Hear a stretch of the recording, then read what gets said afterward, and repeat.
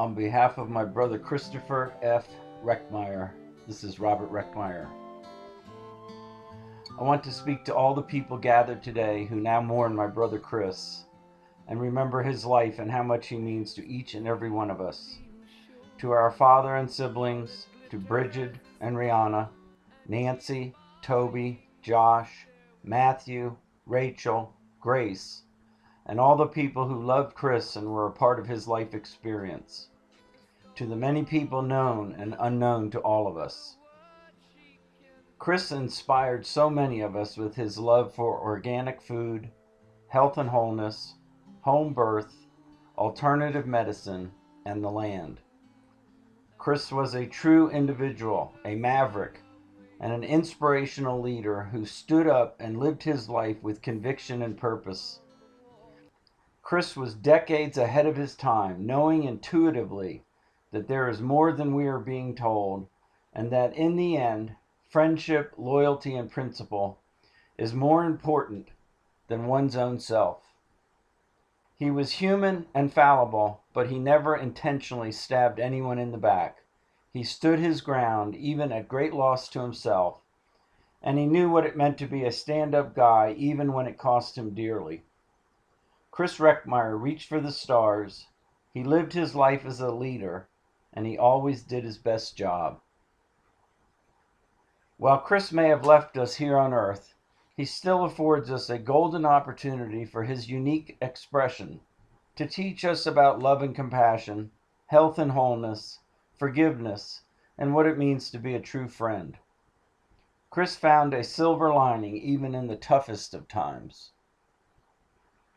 He inspired many of us so many years ago when we embarked on a true adventure into the unknown.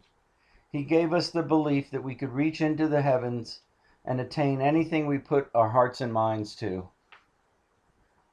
He was human and had his faults, and yet through it all he challenged us to dig deep and never give up on our goal. He inspired us to think big, and we did. He gave us the hope that as a team we could accomplish anything. He thought outside the box and was willing to roll the dice with the conviction that anything is possible if you never give up and always try your best. How does one find the words to communicate love, loyalty, wisdom, empathy, compassion, and long-suffering? He was at the core a good and decent man, a man who loved his family dearly and wanted nothing more than to heal any hurt or failings on his part or on theirs. He was a man who saw suffering in the world and tried to heal it, who saw the homeless, the unemployed, the poor, and tried to right it, and who learned in the cosmic scheme of things that love and compassion far outweigh fear and judgment. Chris Reckmeyer came to the earth plane to experience life and to live it more abundantly, something he did with great abandon. He traveled to the mountaintop and also traversed the deepest valleys. Federal prison helped to refine his heart for those who suffer. It gave him a graduate school course in compassion and a deep understanding of the struggles we all face. It helped to make him the man he grew to be. He was ever mindful of our shared experience and his love for each and every one of us, and he never gave up or abandoned the love he has always shared. He was the first to support another when any of us needed help, and I am thankful when he needed help that Matthew, Bridget, Rihanna, and some others were there. Chris knew what it meant to celebrate life, to live it up, and to see each and every day as a bonus day. He lived his example as a call to each and every one of us to seek love and compassion over fear and judgment, to choose the high road, and make every effort to graduate to the next step on the human evolutionary ladder.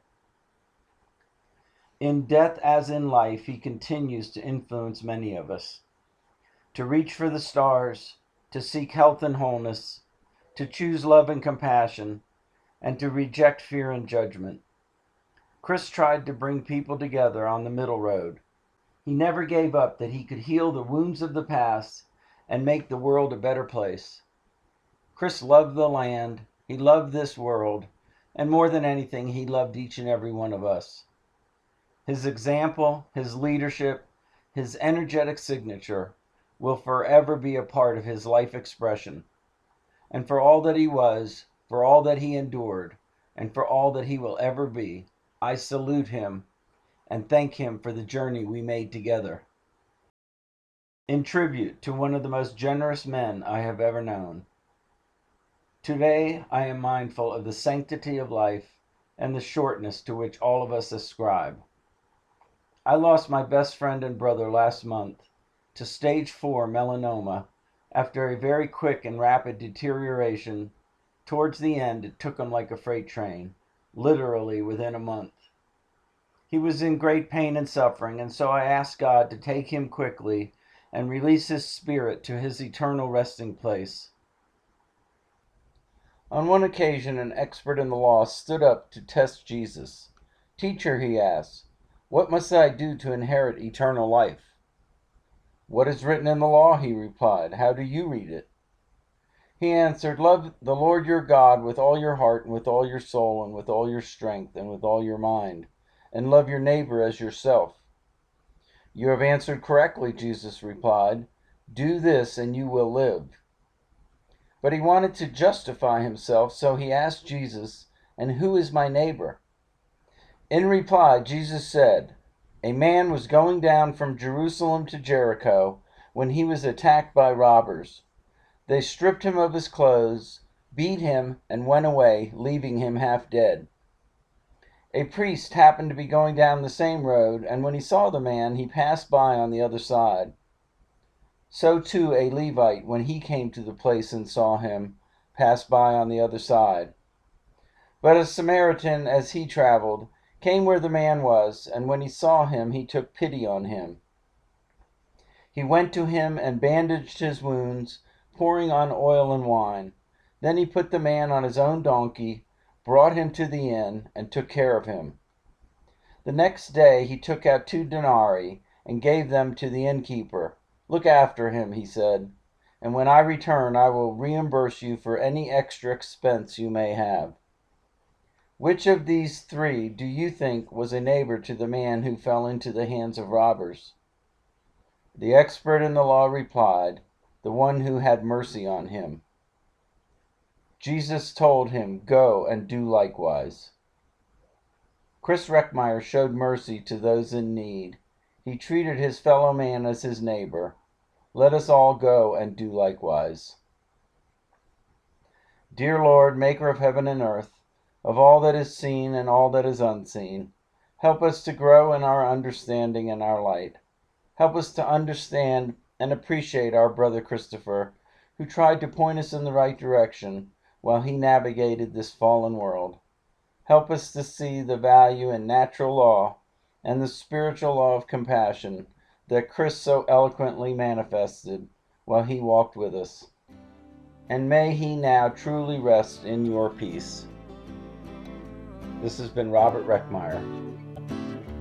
There's a feeling I get when I look to the west, and my spirit is crying for leaving. In my thoughts I have seen rings of smoke through the trees, and the voices of those who stand up here.